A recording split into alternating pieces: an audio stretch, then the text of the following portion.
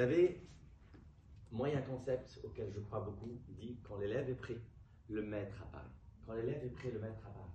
Ça veut dire ne croyez pas que la sagesse ou les leçons existent dans des conférences ou dans des livres ou dans des cours. Elles existent dans tous les coins. Mais juste gardez les yeux ouverts et cherchez toujours à tirer une leçon de tout.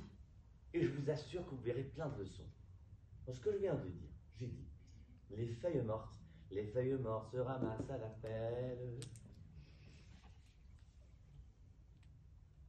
Les feuilles mortes, il ne faut pas les ramasser parce que ça forme un engrais.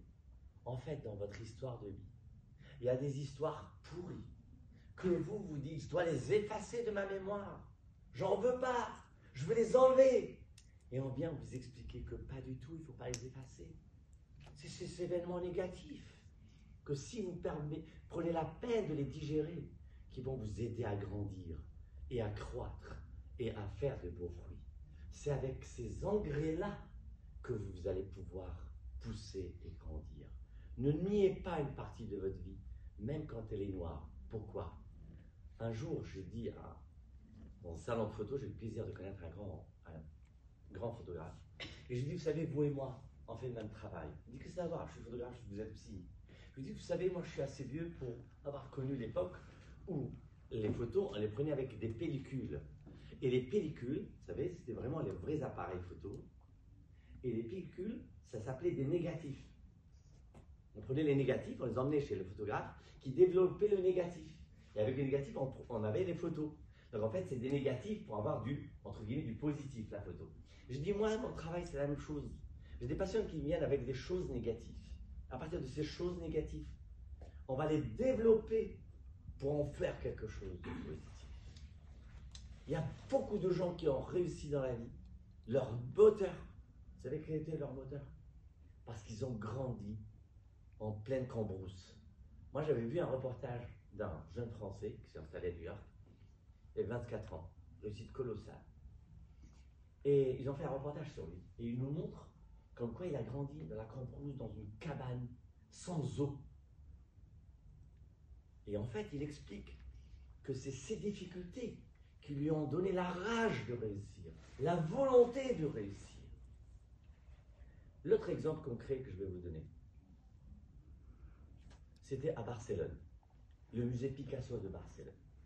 Dans le musée Picasso de Barcelone, il y avait une salle qui est consacrée à la partie, à l'époque où Picasso était extrêmement pauvre. Je vous dis la vérité, je ne savais pas que Picasso avait été pauvre dans sa vie. Et par la suite, je me suis informé, en effet, il a traversé une période extrêmement pauvre, au point qu'il n'avait pas de quoi se payer une toile blanche. Et justement, puisque lui, c'est un véritable artiste, donc il a besoin de peindre, eh bien, imaginez-vous qu'il peignait plusieurs tableaux sur la même toile. C'est-à-dire, par exemple, il avait peint une jeune fille, ensuite un bouquet de fleurs, et dessus encore un vieillard. Ça va, je me suis bien fait comprendre, vous avez compris? Oui, c'est bon? Le critique, à côté il y avait marqué, il vous explique que le rendu, c'est-à-dire le vieillard tel qu'il a été peint sur le bouquet de fleurs, sur la jeune fille, n'aurait pas été le même s'il avait peint sur une toile blanche. Vous avez suivi? C'est quoi la leçon, cher ami?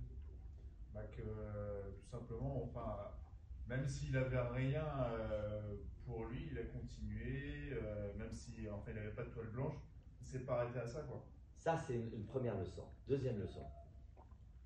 Bah qu'en peignant, je sais pas, sur une toile qui était déjà peinte, ça apportait quelque chose qu'il n'aurait pas pu avoir tout simplement avec une toile blanche. Bravo, absolument. Quelqu'un d'autre a une autre idée? Il y en a encore. Je crois que je vais parler de l'Arc de Triomphe de Barcelone, justement. Bien, alors je donne la réponse et je parle de l'Arc de Triomphe, parce que vous en avez bien besoin, je pense. Donc, en effet, il a très bien répondu, mais encore une fois, allez plus loin un petit peu. C'est sur des couches. Ce que je suis aujourd'hui s'appuie sur mon passé, encore une fois. s'appuie sur mon passé, c'est-à-dire qu'en fait, n'ayez pas peur et n'ayez pas honte de votre passé. Parce que votre passé, c'est ce qui fait, si vous l'avez digéré encore une fois, si vous l'avez digéré correctement, c'est ce qui fait ce que vous êtes aujourd'hui. Maintenant, je passe à l'autre idée. Toujours à Barcelone.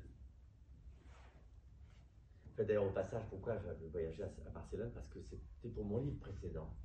J'étais arrivé à une sorte de saturation, je n'arrivais plus à travailler mon bouquin. Et il me fallait prendre du recul. Et pour prendre du recul, la meilleure des manières, quand on peut se permettre, en voyage, je voyageais une semaine. La vérité, justement, je tiens à dire, la directrice de l'hôtel a été absolument exceptionnelle. Je suis tombé sur une chambre pourrie, littéralement pourrie. J'ai demandé à voir la directrice, elle a été extrêmement génialissime. Elle a trouvé une autre pièce qui était quasiment pour moi une suite avec un balcon sur la vue sur Barcelone, c'était vraiment phénoménal.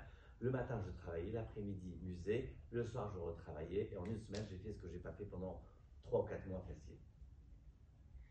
Et un des derniers monuments que j'ai visité à Barcelone, c'est l'Arc de Triomphe de Barcelone. Est-ce que quelqu'un a déjà voyagé à Barcelone? Qui? Enzo? Enzo, est-ce que vous vous souvenez, pardonnez-moi, j'ai oublié de mettre sous silencieux.